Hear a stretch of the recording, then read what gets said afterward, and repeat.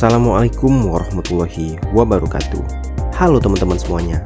Kami dari kelompok 8 dengan saya Rahmat Syawal dan rekan saya Yulanda Oktaria akan menjelaskan materi yang berjudul kebijakan dividen. Yang pertama adalah pengertian dividen. Apa itu dividen? Menurut Scott Beasley dan Eugene F. Brigham 2005, dividen adalah pembagian uang tunai yang diberikan kepada para pemegang saham atas keuntungan perusahaan, baik itu laba yang didapatkan dari periode yang sedang berjalan ataupun laba dari periode sebelumnya. Secara definisi, kebijakan dividen adalah keputusan apakah laba yang diperoleh perusahaan pada akhir tahun akan dibagi kepada pemegang saham dalam bentuk dividen atau akan ditahan untuk menambah modal guna pembiayaan investasi di masa yang akan datang. Selanjutnya yang kedua adalah teori-teori kebijakan dividen. Teori-teori kebijakan dividen diantaranya adalah: yang pertama, dividen tidak relevan. Dividen tidak relevan merujuk pada teori keuangan yang menyatakan bahwa keputusan pembayaran dividen oleh suatu perusahaan tidak akan mempengaruhi nilai perusahaan atau harga sahamnya. Yang kedua, the bird in the hand theory. Teori ini menyatakan bahwa investor cenderung lebih memilih dividen yang dibayarkan saat ini daripada potensi capital gain atau keuntungan modal di masa depan. Yang ketiga, teori perbedaan pajak. Teori perbedaan pajak adalah konsep dalam keuangan perusahaan yang menyatakan bahwa perbedaan perlakuan pajak antara dividen dan capital gain atau keuntungan modal dapat mempengaruhi keputusan pembayaran dividen oleh perusahaan. Yang keempat, signaling hypothesis theory. Menurut teori ini, perusahaan yang membayar dividen yang tinggi dianggap sebagai sinyal positif oleh investor. Hal ini mengindikasikan bahwa perusahaan memiliki laba yang cukup tinggi, keuangan yang sehat, dan prospek pertumbuhan yang baik. Dan yang kelima, clientele effect theory. Menurut teori ini, perusahaan cenderung mengadopsi kebijakan dividen yang sesuai dengan preferensi dan kebutuhan pemegang saham yang ada. Pemegang saham tertentu memiliki preferensi yang konsisten terhadap tingkat dividen yang diharapkan dari investasi mereka, dan mereka cenderung memilih perusahaan yang sesuai dengan preferensi tersebut. Kemudian, submateri selanjutnya adalah bentuk-bentuk dividen. Terdapat 5 bentuk dividen, diantaranya adalah 1. Dividen tunai, 2. Dividen saham, 3. Dividen properti, 4. Dividen scrip, 5. Dividen likuidasi.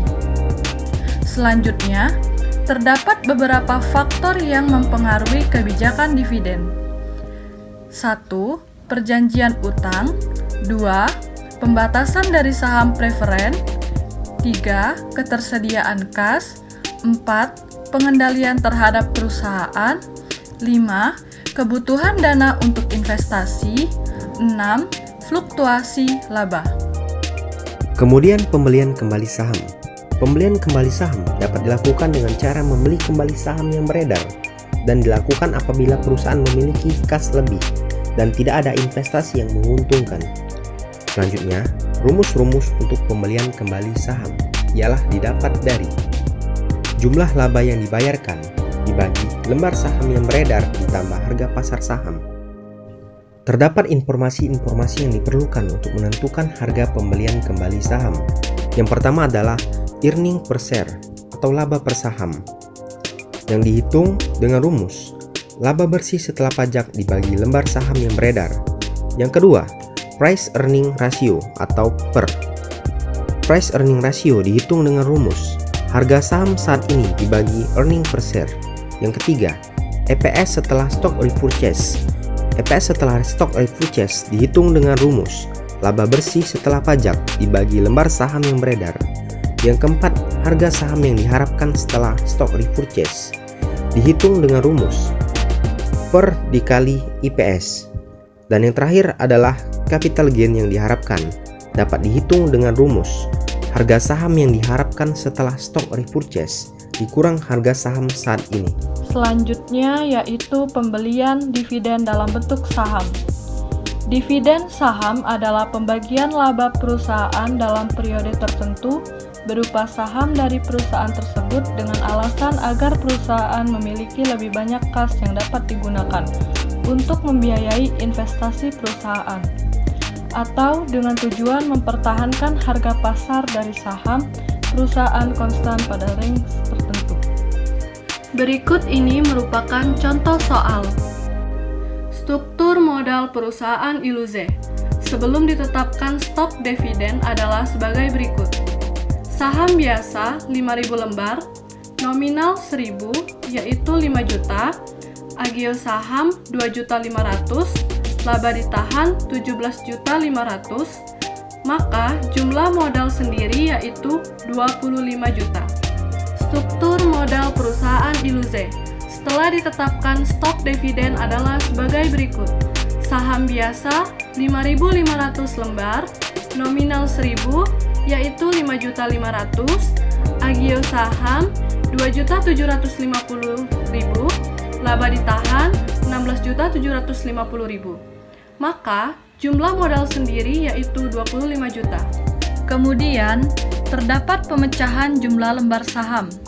Kebijakan pemecahan jumlah lembar saham stock split dilakukan untuk menurunkan harga saham per lembar perusahaan karena harga tersebut dinilai terlalu tinggi, agar harga saham perusahaan terletak di posisi yang populer dalam kegiatan trading. Berikut ini merupakan contoh soal pemecahan jumlah lembar saham.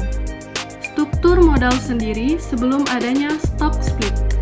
Saham biasa 5.000 lembar, nominal 1.000 yaitu 5 juta, agio saham 2.500.000, laba ditahan 17.500.000, maka jumlah modal sendiri yaitu 25 juta. Struktur modal sendiri setelah adanya stock split. Saham biasa 1.000 lembar, nominal 500 yaitu 5 juta, agio saham 2.500.000, laba ditahan 17.500.000, maka jumlah modal sendiri yaitu 25 juta. Terakhir, berikut adalah contoh-contoh soal dari kebijakan dividen. Contoh soal pembelian kembali saham sebagai berikut. Dan terdapat ilustrasi 1, ilustrasi 2, dan ilustrasi 3 tentang contoh soal pembelian kembali saham. Berikut ini adalah kesimpulan yang dapat kami ambil dari materi ini. Kebijakan dividen merupakan salah satu faktor penting yang harus diperhatikan oleh manajemen dalam mengelola perusahaan. Hal ini karena kebijakan dividen memiliki pengaruh yang signifikan terhadap banyak pihak, baik perusahaan yang dikelola itu sendiri maupun pihak lain seperti pemegang saham dan kreditur. Pembagian dividen oleh manajemen harus didasari dengan pertimbangan yang seksama, yaitu dengan memperhatikan sekurang-kurangnya aspek keuangan dan aspek hukum. Aspek keuangan wajib diperhatikan karena pembagian dividen tidak dapat dilepaskan dari faktor-faktor keuangan, yang antara lain mencakup kemampuan keuangan perusahaan, proyeksi usaha perusahaan, dan harapan pemegang saham secara ekonomi untuk mendapatkan tingkat pengembalian dari investasi mereka. Aspek hukum wajib diperhatikan karena pembagian dividen harus dilaksanakan sesuai dengan peraturan perundang-undangan yang berlaku, meskipun tujuannya adalah meningkatkan kesejahteraan pemegang saham. Nah, itulah video penjelasan dari kami mengenai materi kebijakan dividen. Kami harap semoga dapat bermanfaat bagi para penonton dan silahkan share ke teman-teman kalian. Sampai jumpa di video selanjutnya. Wassalamualaikum warahmatullahi wabarakatuh.